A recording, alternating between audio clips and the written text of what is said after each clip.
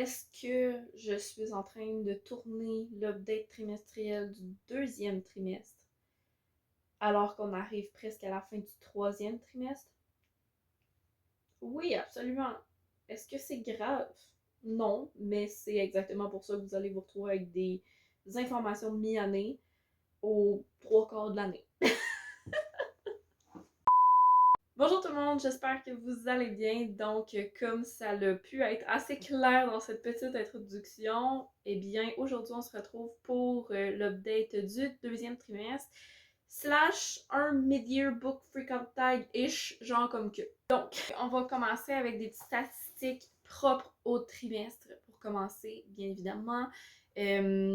Ensuite, on va parler de mon trimestre en général, comme d'habitude. Ça change pas. Là où ça va changer, c'est que je vais pas parler de highlight en particulier parce que je vais faire, comme je disais, le mid-year book freakout tag à ma libre discrétion de retirer une grosse majorité des questions, tout simplement. Commençons avec les statistiques du trimestre. En ce deuxième trimestre, j'ai lu un total de 19 livres et vous vous rendrez compte que c'est une bonne drop par rapport au premier trimestre. J'ai donc lu 6 livres en avril, 7 en mai et 6 en juin. Une fois que ça c'est dit, ouais, j'ai lu vraiment moins. J'ai lu vraiment moins pour plusieurs raisons dont on va parler plus tard. Je vais m'en tenir à ça. Mais aussi juste tout simplement parce que, je vais vous le dire tout de suite, j'ai vraiment pas lu autant de graphiques, surtout des albums. J'ai juste pas lu autant d'albums que pendant le premier trimestre, ce qui m'avait beaucoup fait augmenter mon nombre de lectures par mois et du trimestre total. Tous ces beaux livres-là, ça m'a amené à lire un total de 3952 pages, incluant les pages liées à mes abandons, parce que j'ai abandonné un total de 3 livres pour 284 pages. Donc, voilà, vous avez les petites informations. Sinon, niveau saga, j'ai commencé 3 nouvelles sagas, mais j'en ai terminé 4. Wow! Je suis fière de moi. Je suis vraiment très très fière de moi sur ce coup-là. Mes sagas, c'est un des rares trucs qui va bien dans mes objectifs. Je suis fière de moi. Voilà. Donc, c'était ça pour les petites statistiques. On va rentrer dans notre premier point, qui est un point que j'ai intitulé Trimestre passé en un éclair. J'ai décidé de l'intituler comme ça parce que vraiment, je ne l'ai pas vu passer. Il n'y a pas d'autres explications que ça. On va y aller mois par mois. Donc, en avril, j'ai fini l'université. J'ai fini l'université. Je dis ça comme si j'avais fini mon bac, pas du tout. Fait que mon mois d'avril a été ça. Ça a été un mélange de rendez-vous de physiothérapie puis pour mon genou. On se rappellera que je me suis blessé le genou et le dos en mars, en avril, en mars. C'est ça en mars que j'ai fait ça. Donc, en avril, ça a été vraiment de la physio puis finir mes cours. Ça n'a été que ça, mon focus. Et honnêtement, des fois, il faut que je me rappelle que ça s'est passé parce que j'ai l'impression que ça n'a juste pas existé. Donc, pas beaucoup de souvenirs dans mon mois d'avril, je vais pas vous mentir. Ensuite, en mai, c'était l'opposé, en fait. C'est que je me suis créé beaucoup de besoins, je me suis créé beaucoup de choses à faire. Puis j'ai vraiment surestimé le temps que j'avais. Ce qu'il faut savoir, c'est que, là, je vais le rementionner tantôt, mais en avril, je finissais l'école. En juin, j'ai recommencé à travailler. Fait que mon mois de mai, c'était comme It's time to shine. C'est mon moment pour accomplir tout ce que je voulais faire pendant cette année 2025 au niveau de ma chaîne, au niveau de la lecture. C'est mon temps pour lire tous les livres que je veux lire, avoir commencé à travailler. Puis genre, il fait beau, c'est le fun, je vais pouvoir recommencer à profiter genre du soleil, puis profiter de mes petites marches. J'étais vraiment comme en mode, je vais tout faire ça. La fille, elle était un petit peu déloulou parce que c'est pas ce qui s'est passé, hein. Au final, je me retrouve avec comme beaucoup de projets qui ont comme pas vraiment abouti parce que j'ai tout voulu faire en même temps. Donc, j'ai vraiment pas lu tous les livres que je voulais lire en mai. Vous avez pu voir le vlog que j'ai fait, vlog 24 heures, qui était interminable à faire. Moi, j'étais comme, je vais plier ça en, allez, 2 semaines, c'est fini. Non, ça n'a pas pris 2 semaines, ça a pris vraiment beaucoup plus de temps.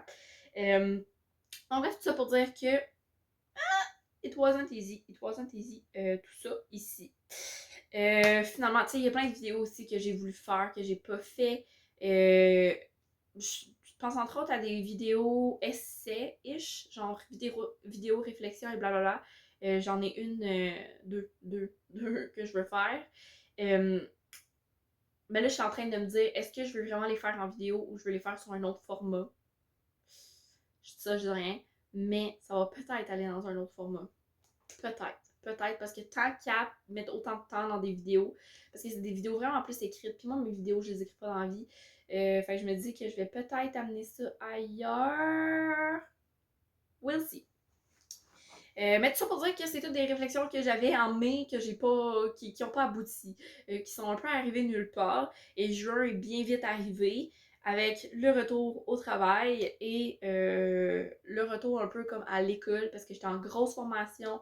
Ça a été un mois aussi là, où mon espace mental n'était pas à la lecture, définitivement pas. J'ai rien contre ça.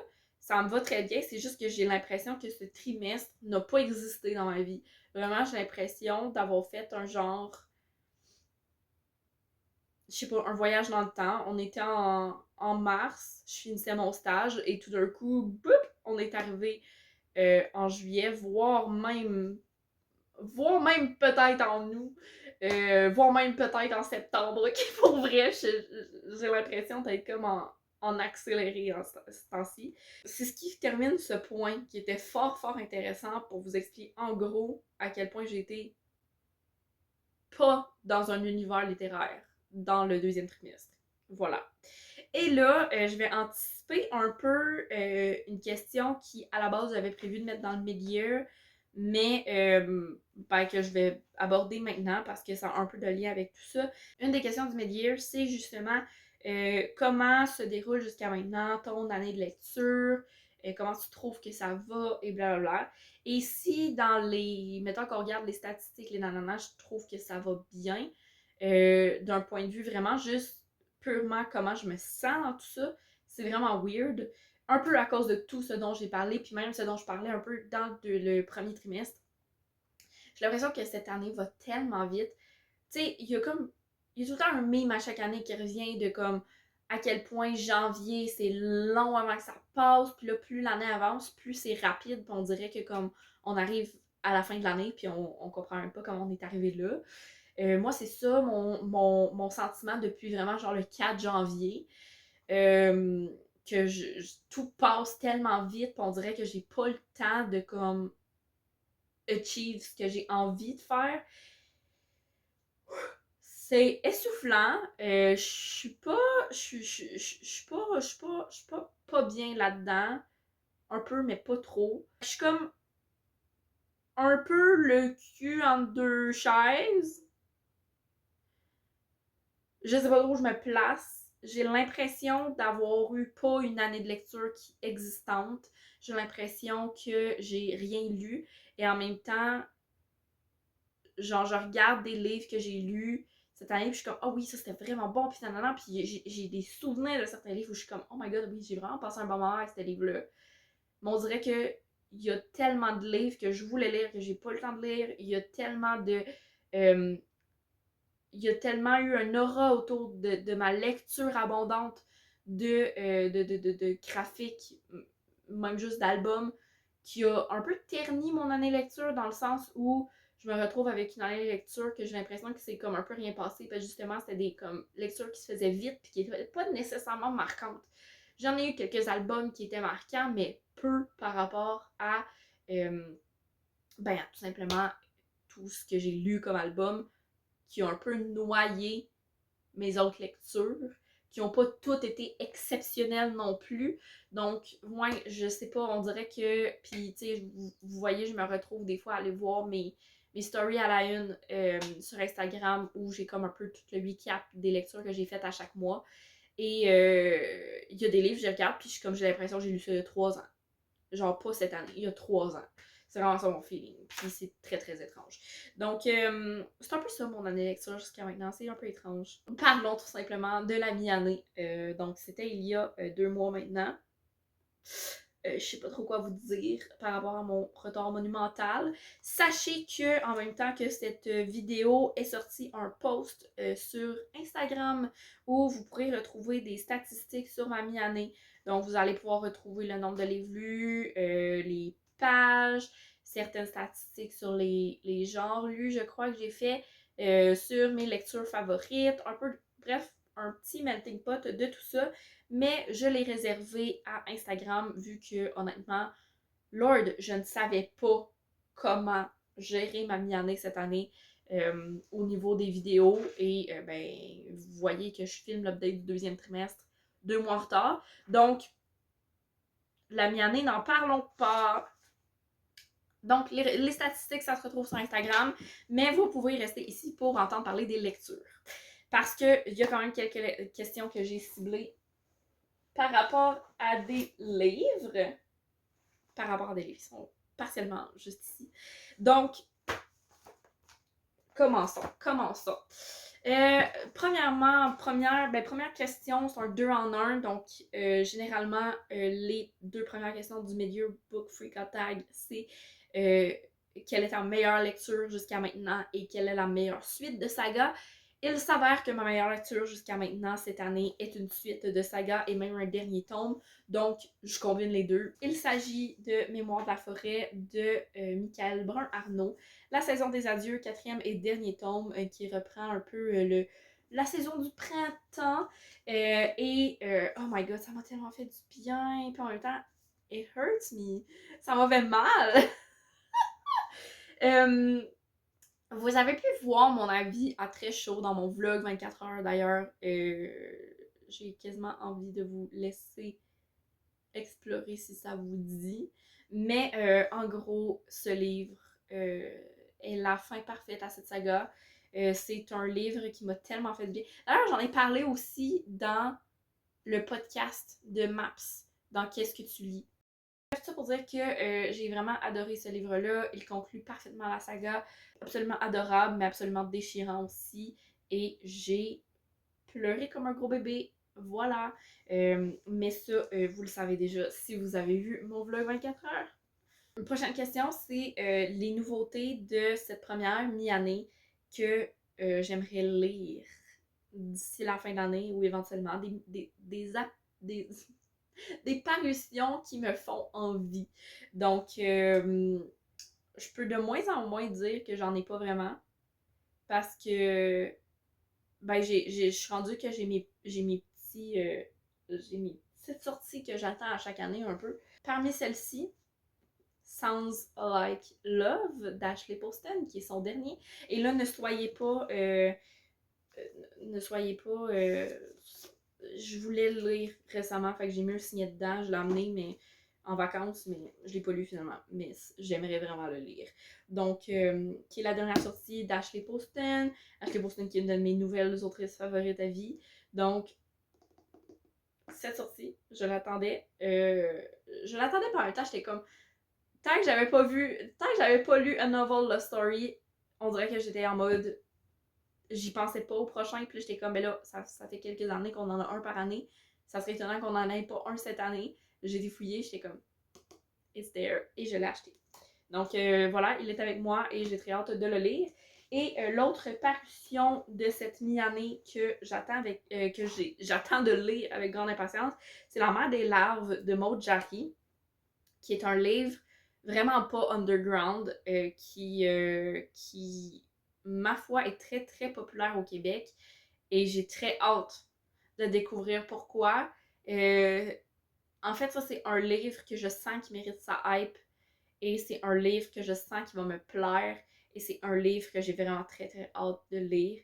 Pas que ce soit particulièrement dans mes habitudes de lecture, ce genre de lecture de ce que j'en sais, mais il m'intrigue énormément et je suis persuadée que je vais vraiment l'aimer. Donc, j'ai hâte de le lire. C'est comme la grosse découverte de tout le monde cette année, cette autrice. Tout simplement parce que ben, c'est son premier roman. Donc, j'ai hâte de découvrir. Ensuite, Nouveauté que j'attendais au Ange Film, mais que j'attendais pour cette deuxième mi-année, pour la suite de 2025. C'était bien évidemment une autre autrice que j'attends à chaque année avec impatience, Marie-Christine Chartier, avec son roman auto-fictif Oasis. Il est sorti le 7 août 2025, donc au moment où je filme la vidéo, il est déjà sorti, mais c'était ma lecture que j'attendais. L'année dernière, quand je vous présentais Le Garçon d'encre, j'essayais de voir où est-ce qu'elle allait se situer dans mon palmarès, Marie-Christine Chartier. Et je me suis un peu plantée, mais pas tant, mais un peu quand même. Puis Oasis, on dirait que je ne sais pas où est-ce qu'il va se trouver parce que ça sort un peu de ce que Marie-Christine Chartier a à nous proposer d'habitude, dans le sens où elle est allée dans l'autofiction pour la première fois. Je vais fortement essayer de ne pas me concentrer là-dessus. En fait, j'essaie vraiment beaucoup de sortir l'idée de l'autofiction dans ma tête, de prendre ça comme une fiction, en me disant peut-être que la personne a vécu certains des trucs qui se passent là-dedans, mais j'ai pas envie d'étiqueter, j'ai pas envie de le lire comme une autofiction. Tout simplement. Fait que je pense que je vais essayer de me remettre dans ce mindset-là. Mais je vois pas pourquoi je l'aimerais pas. Mais je sais pas où il va se situer dans mon palmarès. Donc je suis vraiment curieuse de voir qu'est-ce que tout ça va donner. On passe maintenant à une catégorie un peu moins agréable. Un livre qui m'a déçu. Et ça, je vais vous en parler, mais honnêtement, c'est une petite déception. C'est pas exceptionnel comme déception. C'est le dernier tome de Narnia, donc la dernière bataille, que j'ai lu en mai, que j'ai lu dans mon vlog. Donc, en principe, vous avez déjà un aperçu, si vous avez vu ce vlog, de ce qu'a donné cette lecture. Et ma foi, c'était pas inintéressant, mais pas ma meilleure lecture de l'année non plus. Pas ma meilleure lecture parmi les tomes de Narnia. Je m'attendais à quelque chose parce que j'ai beaucoup aimé la saga, puis que chaque tome était une aventure, autant dans mon côté un peu plus enfance que dans juste la découverte de cet univers-là. Mais il y a un côté aussi où je m'attendais pas à grand chose parce que je l'avais déjà essayé. J'avais commencé la lecture en 2024 at some point parce que j'étais comme ok let's go, puis j'avais vraiment la misère à accrocher parce que je l'ai lu tout en audio, Narnia, sauf le dernier tome que j'avais pas en audio sous la main nulle part.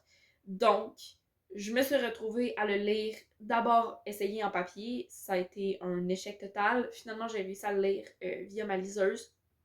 On s'entend, il n'y a pas beaucoup de différence, mais je suis sûre qu'il y a eu une différence là-dedans. Mais j'ai lu une partie quand même précédemment, puis j'avais vraiment de la misère à voir où ça s'en allait. Vraiment beaucoup de misère à savoir où ça s'en allait. Ce qui m'a beaucoup fait repousser cette lecture-là, et quand finalement je l'ai fait, ça a teinté ma lecture un peu tout le long, où je me demandais où est-ce qu'on s'en allait avec l'histoire. Je me demandais... J'avais pas l'impression qu'on était à Narnia, en fait. Puis je pense que c'est ça qui a un peu teinté toute ma lecture, puis qui fait que c'est une déception. Parce qu'en soi, c'était pas une mauvaise lecture, c'était pas quelque chose que j'ai complètement détesté, mais ça m'a déçue parce que je voulais retrouver l'univers de Narnia à travers, puis que j'ai pas eu l'impression de le faire, puis que la fin a filé un peu, juste un peu, mais un peu, comme le genre de fin où tu te retrouves avec ce n'était qu'un rêve. Voilà, ça explique tout ça, ma déception pour ce livre. Ensuite, un livre qui m'a surprise, et je vais y aller avec Là où les détours m'emportent de Rachel Lucy. Ce livre. C'était une romance très très simple, avec quelques moments clichés, on va pas se mentir, mais c'était agréable pour le moment où je l'ai lu. Je pense que j'aurais pas nécessairement trippé sur cette lecture-là n'importe quand dans mon année. Remarque que ça fait toujours du bien une petite lecture légère. Puis quand tu sais que tu t'embarques là-dedans, dans quelque chose de pas compliqué, qui est pas exceptionnel, mais qui est pas non plus mauvais, ben ça fait toujours du bien. Puis je l'ai plus aimé que ce que j'aurais cru parce que honnêtement, je vais pas vous mentir, la maison d'édition Kéros, c'était une autre chance un peu que je leur donnais. mais c'est pas ma maison d'édition préférée au Québec. Puis ça me fait mal de dire ça parce que c'est une nouvelle maison d'édition québécoise. Puis ils sortent de la romance qui se dit non toxique, qui se dit green romance trademark. Euh, voilà. Est-ce que je suis 100% d'accord avec ce qui est mentionné là-dedans? Non. La majorité de mes lectures ont été des échecs dans cette maison d'édition-là, oui. Là où les détours m'emportent, c'était une lecture supplémentaire que je faisais. Est-ce que j'ai trouvé qu'il manquait de quoi dedans? Oui. Pour que ce soit une excellente lecture, oui. Mais j'ai apprécié mon moment, j'ai vraiment plus apprécié les personnages. Puis je pense que c'est leur livre que j'ai lu de eux qui se rapproche pour moi le plus de leur marketing de Green Romance et blablabla par rapport aux autres que j'ai lus. C'est mon avis. C'est mon avis très personnel, mais je suis très pas sur cette maison d'édition-là. Donc, là où les détours m'emportent, que ça me plaise, ça m'a surprise. Ensuite, un livre qui m'a fait pleurer. Donc, bien évidemment, on ne parle pas de Mémoire de la forêt, même si ces livres m'ont toutes fait pleurer. Mais on va parler de Prendre son souffle de Geneviève Janel. Je pense que ça l'a fait pleurer beaucoup de gens. Je pense que ça l'a fait pleurer beaucoup de gens. Et je peux pas en parler des plombs parce que c'est un livre que j'avais à lire dans mes lectures marquantes cette année. Donc, vous allez avoir un grand moment de moi qui pleure en vidéo en fin d'année. Mais je vais quand même vous glisser un petit mot sur le fait que ça m'a vraiment démoli la fin. Genre, pardon. Je m'attendais vraiment pas à ça. Mais vraiment, comme. Je dirais que le bon dernier quart, là, m'a bien fini. Mon émotion n'est pas la même aujourd'hui. Avec plusieurs mois derrière ce livre-là, je pensais que ça faisait partie de mes best. Non, attends, ça fait pas de mes meilleures lectures, mais c'est plus ma meilleure lecture. Je pensais que ça allait être difficile à détrôner, puis finalement, je l'ai détrôné. Je l'ai détrôné. Puis, je l'ai détrôné même juste au sein de comment je me sens par rapport à mes lectures de début d'année même. On va passer à la prochaine question. Donc, le livre qui m'a rendue heureuse, il y en a deux dont je veux vous parler. Le premier, c'est La nuit de ta disparition de Victoria Charlton et Alexandre Soublière. Donc, ce livre, ma foi, est la suite d'une petite série qui débute. Donc, c'est un deuxième tome de Les enquêtes de Mackenzie. Mackenzie qui est le personnage principal. Et encore une fois, un livre qui se lit juste bien, qui se lit un peu à la toute série policière existante sur cette planète, particulièrement celle des années 2000. Bref, c'est un bon au cœur, ça fait juste du bien, ça se lit tout seul et ça m'a permis de lire un petit peu cet été. Donc, on le prend en motadine et j'ai aimé et j'ai hâte à la suite parce que juste ça fait du bien cette série-là. C'est simple, efficace, genre j'adore. Et le deuxième livre que j'ai lu et qui m'a vraiment sauvé les fesses, donc qui m'a bien rendue bien heureuse, c'est Les enfants des sables mouvants, des fois Traoré. Traoré, j'ai dit Traoré, hein? Traoré. Qui est un roman jeunesse d'une autrice nigériane et je l'ai lu dans le cadre d'un travail à l'université. J'étais partie sur autre chose à la base, autre chose que je détestais, mais ce livre a sauvé la donne parce que même si j'arrivais à faire plein de parallèles entre les deux, ce livre a tellement été plus plaisant à lire, j'étais tellement plus dans l'histoire, j'étais tellement plus intriguée, puis même si la fin, j'étais comme, j'ai rien compris de ce qui s'était passé, de la résolution du truc, j'ai aimé, ok, globalement j'ai aimé, ça m'a fait du bien aussi de découvrir un peu un roman jeunesse qui venait d'ailleurs, qui venait pas de l'Occident en fait, je pense que c'est pas mal dans les premiers romans jeunesse que je lis qui viennent genre 100% d'ailleurs, tu sais, généralement les livres qui vont se situer pas dans un pays occidental, je vais dire ça comme ça. C'est plus des livres adultes que j'ai lus. Donc là, d'avoir un jeunesse, ça m'a tellement fait du bien. J'ai trouvé ça cool de voir quelque chose d'autre. Bref, it's my best bud maintenant, ce livre. Prochaine question. C'est mon autre question projection. Des sagas que j'aimerais finir, avancer avant 2026. Bon, là, je dis finir, avancer, on va pas se mentir. Est-ce que je pense que c'est réalisable? Très peu. Est-ce que j'aimerais fort fort que ça arrive? Oui, évidemment. Donc, le premier, c'est Dragon Watch de Brandon Moore. J'ai l'impression que je dis ça à chaque année depuis que j'ai commencé cette saga-là. À date, je m'en tiens à peu près un tome par année. Écoute, s'il faut que ça continue comme ça jusqu'à la fin, ça va être ça. Mais là, je serais rendue au troisième tome et j'aimerais vraiment le lire d'ici la fin de l'année. Après, est-ce que je pense que c'est réalisable d'enchaîner avec le 4 et le 5? Très peu. Très peu. Pour ça, je suis très honnête avec moi-même. Si je réussis à avancer le troisième tome, je vais être heureuse. Et l'autre saga que j'aimerais poursuivre, le Seigneur des Anneaux. C'est pas... On dirait que ça ne fit pas avec moi que ça traîne autant ce truc. Pourquoi ça traîne? J'ai tellement passé un bon moment à lire le premier tome, j'ai tellement passé un bon moment à lire ce bout de deuxième tome. Là, il s'agirait que je poursuive cette lecture et que j'enchaîne avec le troisième tome. Encore une fois, est-ce que je pense que c'est réalisable d'ici la fin de l'année? Peu. Le premier tome, j'ai réussi à le lire relativement rapidement parce que j'avais rien à foutre de ma vie quand je l'ai lu. Donc, j'avais juste du temps pour ça. Là, c'est moins le cas un peu. Juste un peu. Voilà, c'est ça pour ce mid-year-ish. Donc, j'espère que vous aurez aimé la vidéo, ce petit update, que ça vous aurait permis de rattraper un peu ce qui s'est passé pour moi dans les derniers mois parce que, ma foi, je ne suis pas très présente par ici. Et si vous avez apprécié la vidéo, comme d'habitude, vous pouvez toujours la liker en commentaire. N'hésitez pas à me montrer que vous êtes arrivé jusqu'ici dans la vidéo en laissant un petit emoji d'horloge parce que le temps passe. Voilà, n'importe laquelle. Vous mettez une horloge, puis on va s'en sortir. Sinon, à part de ça, vous pouvez me dire, vous, comment s'est passé votre deuxième trimestre? Je sais que ça commence à remonter, là, mais vous avez-tu un highlight dans ce deuxième trimestre? Est-ce que vous avez quelque chose qui vous a fait du bien, quelque chose que vous avez full aimé? Ça n'a pas besoin d'être en lien avec la lecture. Je suis ouverte à toutes vos highlights parce que je suis curieuse et je veux savoir comment vous avez apprécié votre deuxième trimestre. Sachez que vous pouvez aussi vous abonner à la chaîne en tout temps et aller voir sur Instagram pour le post sur mes statistiques de mi-année. Sur ce, je vous souhaite une excellente journée et je vous dis à la prochaine. Bye bye!